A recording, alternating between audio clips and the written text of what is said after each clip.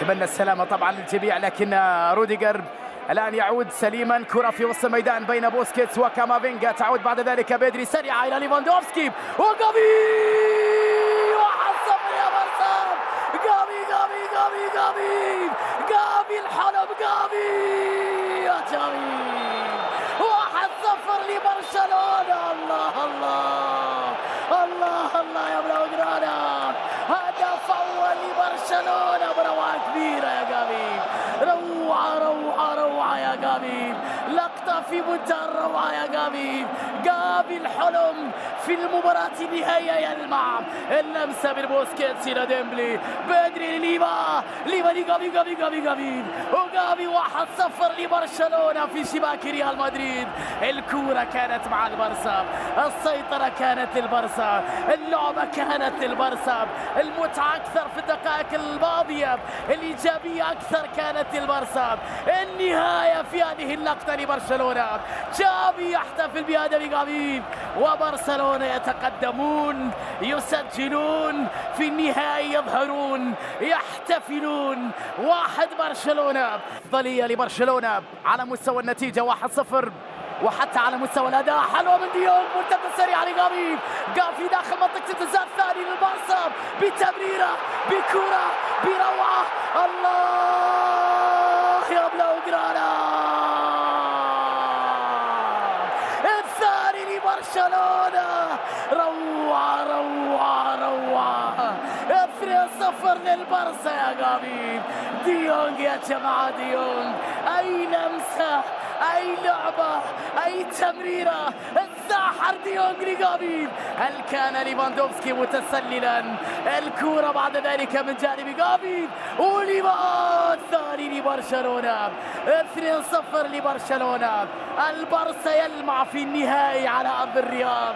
البارسا يضرب الريال بثنائية، يقدم أداء كروي فني رفيع عالي المستوى، يعيد الأذهان شيئا من برشلونة، شيئا من قيمة برشلونة، من كرة برشلونة، من روعة برشلونة، من الأداء الحقيقي لبرشلونة، من السحر اللي أظهره لسنوات طويلة ما يعرف. إلى الكرة، خطيرة الكرة للبارسا، الكرة بلمسة عند ليفا. غافي على اليسار، ليفا. غافي على اليسار، ليفا. غافي في الجهة اليسرى، محاولة بكرة. هذا جنون يا برشلونة. الماضي لك والحاضر لك وبكرة لك يا بارسا. الله الروعة يا غافي، يا بدري، يا ليفا، يا غافي، يا بدري، يا ليفا، يا بارسا يا بارسا. والله اشتقنا لأيامكم، لمتعتكم، لكرتكم، لسحركم، لفنكم. الكورة بروعة من جانب ليفا. غافي ساحرة، لمسة جميلة، بدري، تناغم وكرة قدم ممتعة وتيكي تاكا. وبارسا استعاد النغمة واستعاد الفرحة واستعاد الكورة واستعاد المتعة واستعاد اللون واستعاد الشكل واستعاد الكبرياء واستعاد برشلونة. بدري وغافي، هذا هو المستقبل للبارسا. الماضي كان لبرشلونة، الحاضر لبرشلونة مع هذه الليلة، المستقبل في وجود غافي وبدري وغيرهم. ثلاثية برشلونية كبيرة على ريال مدريد، لم تكن في المتوقع وفي الحسبان.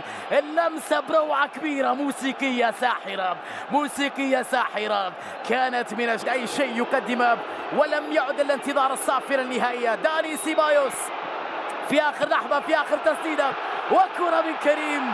هدف جاء متأخر للغاية من جانب ريال مدريد عن طريق كريم بنزيما في آخر لحظة من أحداث هذه المباراة النهائية. ليس إلا رقم يسجل لكريم بأن سجل في مباراة كأس السوبر في المباراة النهائية. أما ريال مدريد فقد انتهى كل شيء بالنسبة له في هذا النهائي. وصلتم متأخرين، جدا متأخرين، فات الميعاد وبقيتوا جدا بعاد ريال مدريد. الليلة للبارسا والفرحة للبارسا والحلم للبارسا وبدري وغافي للبارسا وبالتأكيد هذه مباراة كبيرة لفريق تشافي هرنانديز اللي تفوق فيها على ريال مدريد.